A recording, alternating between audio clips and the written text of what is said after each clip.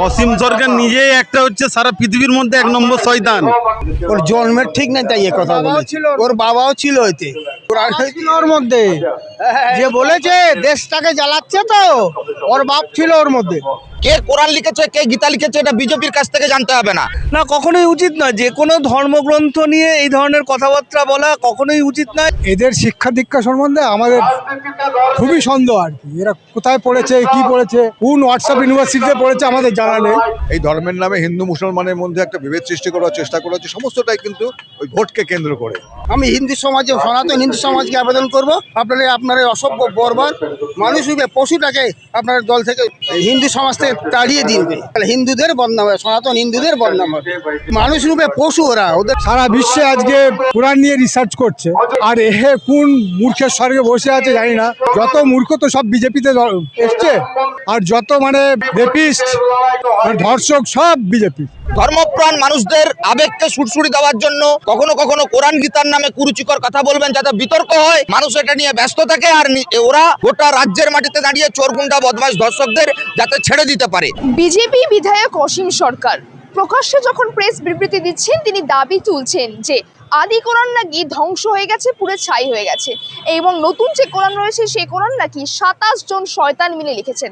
হ্যাঁ, তিনি বলেছেন 27 জন শয়তান মিলে একটি কোরআন লিখেছেন। ধর্মগ্রন্থ সম্পর্কে এরকম ধরনের বিভ্রান্তিকর মন্তব্য করেছেন, এবং আর তাই নয়, তিনি আরও বলেছেন যে সেই কোরআন গ্রন্থে নাকি লেখা রয়েছে মুসলিমরা যেখানেই অমুসলিমদের দেখতে পারবে তাদেরকে বন্দি করে রাখবে এবং নির্মমভাবে হত্যা করবে। এমন কথা তিনি কিন্তু প্রেসের সামনে বিবৃতি দিয়েছেন, এবং এই বিষয় নিয়ে যখন আমরা সাধারণ জনগণ প্রশ্ন করলাম, রীতিমতো তারা কিন্তু ক্ষোভ উগড়ে দিল সেই বিজেপি নেতার বিরুদ্ধে। এবং শুনে নেব তারা ঠিক কি বললেন অসীম সরকারের এই কোরআনকে কেন্দ্র করে, বিভ্রান্তিকর মন্ত্রকে কেন্দ্র করে। যেটা আদি কোরআন ছিল, সে কোরআন বদরের যুদ্ধে পুড়ে ছাই হয়ে যায়, জেনে রাখুন। এবং তারপরে 27 জনের শয়তানের দল মিলে এই কোরআন লিখেছে, এবং বারে বারে এই কোরআনের মধ্যে এমন এমন জিনিস ঢুকানো হয়েছে, বাচ্চাদের শেখানো হচ্ছে, এ মুসলমানগণ, অমুসলমানদের যেখানে পাইবে সেখানে বন্দি করিবে, নির্মম ভাবে হত্যা করিবে। কোরআনে লেখা। আমি সে ধর্মগ্রন্থ ভরে প্রস্রাব করি, সে ধর্মগ্রন্থ আমি যখন তখন পুড়িয়ে ফেলতে পারি। ওর জন্মের ঠিক নাই, তাই এ কথা বলেছে। ওর বাবাও ছিল এতে, কোরআন ছিল ওর মধ্যে। যে বলেছে দেশটাকে জ্বালাচ্ছে, তো ওর বাপ ছিল ওর মধ্যে। খান সাহেব ঠিক বলছে। ওরা মানুষ রূপে পশু ওরা। ওদের সরকার কেন অ্যারেস্ট করছে না রাজ্য সরকার? এটাই আশ্চর্য হয়ে যাচ্ছি আমরা। একটা দেশকে বিভাজন করার জন্য, হিন্দু মুসলমানকে আলাদা করার জন্য তারা ঘুরছে। 27 জন যখন কোরআন লেখা 1400 বছর আগে, তা অসীম কি বললো? অসীম সরকার তখন জন্মেছেন 1400 বছর আগে কোরআন লেখা হয়েছে। আমাদের হযরত মুহাম্মদ সাল্লাল্লাহু আলাইহি ওয়াসাল্লাম মারফত আল্লাহ পাক তাকে ওহী দিয়েছে, ওহী মারফত কোরআন শরীফ হয়েছে। তখন কি ওর 14 পুরুষ জন্মায়নি? অসীমের ওহী কিতাব, ওকে বলে ওহী কিতাব, আসমানি কিতাবে গেলে। তখন অশোক সরকার, অশোক সরকারের পূর্বপুরুষের পূর্বপুরুষ 14 পুরুষ তখন জন্মায়নি, তখন কোরআনে লেখা আছে। উনি কি করে জানলে? 27 জন মিলে কোরআন সাহেব লিখেছে। একটা অসভ্য বর্বর। আমি হিন্দু সমাজে, সনাতন হিন্দু সমাজকে আবেদন করব, আপনারা অসভ্য বর্বর মানুষ রূপে পশুটাকে আপনার দল থেকে হিন্দু সমাজ থেকে তাড়িয়ে দিবে। তাহলে হিন্দুদের বদনাম হবে, সনাতন হিন্দুদের বদনাম হবে। ওইসব লোক তাহলে পৃথিবী ভারতবর্ষে থাকলে, পশ্চিমবাংলায় থাকলে। কোরআন ধর্মগ্রন্থের প্রতি এত রাগ কেন? হ্যাঁ, রাগটা কেন? তাদের দিকে ওরা আসল মোদি যা ওষুধ খাইয়ে দিচ্ছে, এরা তাই বলছে, তার দলেরা মোদি ওষুধ খাইয়ে দিচ্ছে, ওরা বলছে। ওনার আমরা ত্রিপিটক, বাইবেল, গীতা, এর উপরে কি কোনো মুসলমান বলতে পারে রাগ করেছে? একটা প্রমাণ দেখান যে মুসলিমরা গীতা, ত্রিপিটক, বাইবেল, কোনো ধর্মগ্রন্থকে মুসলিমরা অপমান করেছে, তাদের বিরুদ্ধে কোনো মন্তব্য করেছে? একটা দেখান। বিজেপির সংসদ অসীম সরকার বলছেন যে 27 জন শয়তান মিলে কোরআন লিখেছে। কোরআন ধর্মগ্রন্থের প্রতি তো রাগ কেন? অসীম সরকার নিজেই একটা হচ্ছে সারা পৃথিবীর মধ্যে এক নম্বর শয়তান। ওই জন্য ও শয়তান কথাটা উল্লেখ করেছে বারে বারে। অসীম সরকার হচ্ছে হিন্দুদের বদনাম করার জন্য অসীম সরকার এগিয়ে এসছে। যেসব কথাগুলো বলছে, এতে করে হিন্দুদেরই বদনাম হবে। হিন্দুদের উচিত ইমিডিয়েট ওকে আইনের আওতায় নিয়ে এসে কঠিনতম শাস্তির বন্দোবস্ত করা। আর এই রাজ্য সরকারের উচিত হবে কঠিনতম বন্দোবস্ত করা শাস্তির। বিজেপি কিছু বলছে না কেন এই বিষয়ে? বিজেপির এজেন্ডাই তো হিন্দু মুসলিম, ওরা তো এটাকে করেই ভাগাভাগি করতে চাইছে এইসব কথাবার্তা বলেই। অসীম সরকার বলছেন যে 27 জন শয়তান মিলে কোরআন লিখেছেন, কি বলবেন? আসলে এই কোরআন গীতার মধ্যে লড়াই লাগানোর একটা পরিকল্পনা, বিজেপির পরিকল্পিত চিত্রনাট্য। ওই মতুয়া বিধায়ক বলেছেন তো বিজেপির, তার কপাল মাথা ঠিক আছে তো? আমি তো শুনলাম নাকি মতুয়ারা ফতুয়া খুলে নিয়েছে, বিজেপির এলাকায় ঢুকতে পারছে না তৃণমূল বিজেপির নেতারা। এই যে মুসলিম বাংলাদেশি রোহিঙ্গা বলে এসআইআর করলো, তারপর তো সবচাইতে বেশি মতুয়াদের নাম বাদ গেছে। মতুয়ারা ছেড়ে কথা বলবেন না। 34 বছর এই রাজ্যের মাটিতে কোনোদিন ঠাকুর বাড়িতে যে ঘটনা ঘটেনি, আজকে দেখছি হিন্দু হিন্দু ভাই ভাই স্লোগান দিতে দিতে মতুয়ার হাতে মতুয়া ভাই মার খাচ্ছে। ঠাকুর বাড়ির ভেতর কলঙ্কিত হচ্ছে তৃণমূল বিজেপির রাজনীতিতে। অসীম বাবুরা গৃহযুদ্ধ লাগাচ্ছেন, নিজেদেরকে নিজেদের সঙ্গে লাগিয়ে দিয়ে গোটা দেশকে লুট করছেন, আরাবল্লী লুট করছেন, জল জমি লুট করছেন, এই রাজ্যের তৃণমূলের চোরেদের ছাড় দিচ্ছেন, পার্থবাবু বাইরে বেরিয়ে যাচ্ছেন। কে কোরআন লিখেছে, কে গীতা লিখেছে, এটা বিজেপির কাছ থেকে জানতে হবে না। হাজার হাজার বছর ধরে গীতা বেদের ওপর দাঁড়িয়ে ভারতবর্ষ তৈরি। ভারতবর্ষের সংবিধান, ধর্মপ্রাণ মানুষ, হিন্দু ধর্মাবলম্বীরা তারা গীতা বেদ উপনিষদ জানেন, মুসলমানরা কোরআন জানেন।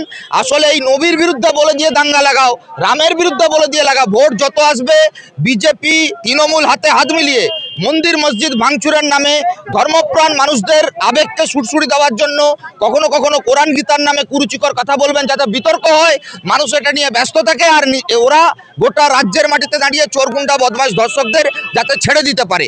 দেখছেন না, উন্নাও ধর্ষকদের ছাড় দিয়ে দিল। আপনি আমি ব্যস্ত থাকবো কোরআন গীতা নিয়ে, কে কোরআন লিখেছে, কোন শয়তান, কে ভালো। আমি বলছি গোটা দেশ আর রাজ্যের মানুষ দেখছে দিদি মোদি শয়তান। ওই শয়তানদের জন্যই আজকে বাংলার সংবিধান আক্রান্ত হচ্ছে। ওনারা যান, তাতে সংবিধান বাঁচবে। আমরা শক্তিশালী হলে এই রাজ্যের মাটিতে হিন্দুরাও ভালো থাকবে, মুসলমানরাও ভালো থাকবে। এদের শিক্ষা দীক্ষা সম্বন্ধে আমাদের খুবই সন্দেহ আর কি। এরা কোথায় পড়েছে, কি পড়েছে, কোন হোয়াটসঅ্যাপ ইউনিভার্সিটিতে পড়েছে আমাদের জানা নেই, যার ফলে এই ধরনের কথা। সারা বিশ্বে আজকে কোরআন নিয়ে রিসার্চ করছে, আর কোন মূর্খের স্বর্গে বসে আছে জানি না। যত মূর্খ তো সব বিজেপিতে এসছে, আর যত মানে রেপিস্ট ধর্ষক সব বিজেপি, এবং তার মধ্যে আবার মানে কি বলবো, মানে যত রকম দুর্নীতি, এবং সারা দেশটাকে তো বেঁচে দিয়েছে। এখন তো অন্য কিছু আর ইস্যু নেই, এইটাকে দৃষ্টিভঙ্গি ঘোরাতে এই সমস্ত কথাবার্তা, আলগা কথাবার্তা, যার কোনো ভিত্তি নেই, যার কোনো নেই। বিষয়টা তো এই যাবে। ধর্মগ্রন্থকে টার্গেট করা হচ্ছে কেন? দেখো, আমরা বিশ্বাস করি না ধর্ম যে যার, আর স্বাধীনে রাজনীতির জায়গা থাকবে, ধর্মের জায়গা থাকবে। যারা ধর্ম নিয়ে চর্চা করে, সেই সমস্ত ধর্মগুরু যারা আছেন তাদের বিষয়ে। আমরা রাজনীতি এসেছি আমাদের পেটের ভাত, আমাদের চাকরি, আমাদের অধিকার, যে সাধারণ মানুষ হিসাবে আমরা এই দেশের যে জনগণ, তার মানে যে অধিকার, জনগণের ন্যূনতম যে অধিকার, রুটি কাপড়া মাখান, সেই জন্য আমরা লড়াই করছি। এর সঙ্গে ধর্মের কোনো সম্পর্ক নেই। রাজনীতির জায়গায়, ধর্মের জায়গায়। ধর্মের নামে বিভেদ সৃষ্টি করার চেষ্টা করা হচ্ছে। যে ভারতবর্ষের বুকে হিন্দু মুসলিম আমরা সবাই একসাথে, এই যে আজকে রাজাবাজারে দাঁড়িয়ে আছেন, এখানে লোকেদের জিজ্ঞেস করুন, ঈদ এবং দুর্গাপুজো আমরা একসাথে হাতে হাত মিলিয়ে করি, এখানে কোনো বাধা বিপত্তি থাকে না। সেখানে দাঁড়িয়ে আমরা একসাথে, ভাইচারাটা আমাদের এতই মজবুত যে একসাথে করি। ভারতবর্ষ সমস্ত ধর্মের ভাষাভাষীর মানুষ, এটাকে যদি বিভেদ সৃষ্টি করতে পারে, তাহলে তারা তাদের নিজেদের স্বার্থ সিদ্ধি করতে পারবে। সেই কারণে কোরআনের নামে ভুলভাল কথাবার্তা বলে ভাগ করার চেষ্টা করছে, হিন্দু মুসলিম ভাগ করার চেষ্টা করছে। ভারতবর্ষে যখন স্বাধীনতা আন্দোলন হয়েছিল, হিন্দু মুসলিম ভাগ করে স্বাধীনতা আন্দোলন হয়নি।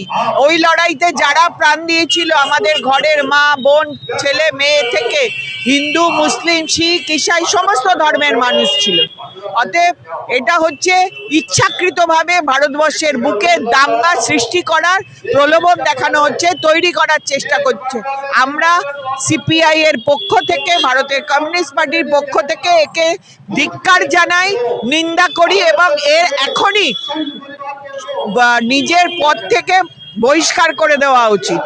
আপনার দিলীপ ঘোষ যে কথাগুলো বলেছিল, দিলীপ ঘোষ বলেছিল, কি বলেছিল, যে গোমূত্র পাওয়া যায়, সোনা পাওয়া যায়। পাগলের পোলাপে এরা নিজেদের টিআরপিকে বাড়ানোর জন্য এই ধরনের বিভ্রান্তিমূলক খবর বাজারে উত্তর প্রচার করছে। টিআরপি বাড়ানোর জন্য, টিআরপির সঙ্গে তো আপনার উত্তর সংগঠন যে অনেক ভিউয়ার পাবে, অনেক লোক শুনবেই, যে আপনি বলছেন কথাটা কেন বলছেন, আপনি শুনেছেন তাই বলছেন। তো এই ধরনের যদি ভালো কথা বলতো, সুশ্রুতিমূলক যত কথা বলবে তত মানুষ মতো খাবে, চটকদারি কথাবার্তা, এটার সঙ্গে কোনো রাজনীতির সম্পর্কই নেই। যে কোনো ধর্মগ্রন্থ সম্বন্ধে এই ধরনের মন্তব্য করা অনৈতিক এবং ভারতবর্ষের সংবিধান বিরোধী। বিজেপি কেন এই নিয়ে এখনো পর্যন্ত কোনো মুখ খোলেনি? বিজেপির এখন এই মুহূর্তে কিছু করার নেই, কারণ এই মুহূর্তে বিজেপির কিছু করার নেই। তার কারণ হলো বিজেপিকে আজকে ক্ষমতায় টিকে থাকতে গেলে এই ধরনের বিতর্কিত মন্তব্য করে ক্ষমতায় টিকে থাকতে হবে। তার কারণ পুঁজিবাদী দুনিয়ায় এই মুহূর্তে তারা মহা সংকটে আছে, ভারতবর্ষের পুঁজিবাদও সংকটে আছে এবং পুঁজিবাদের দ্বারা এই যে ফ্যাসিস্ট দলটি ভারতবর্ষের মাথায় বসে আছে, তারা নিজেদের সংকট কাটানোর জন্য শ্রমজীবী মানুষের মধ্যে বিভাজন করার জন্য এই ধরনের কথাবার্তা বলে যাচ্ছে।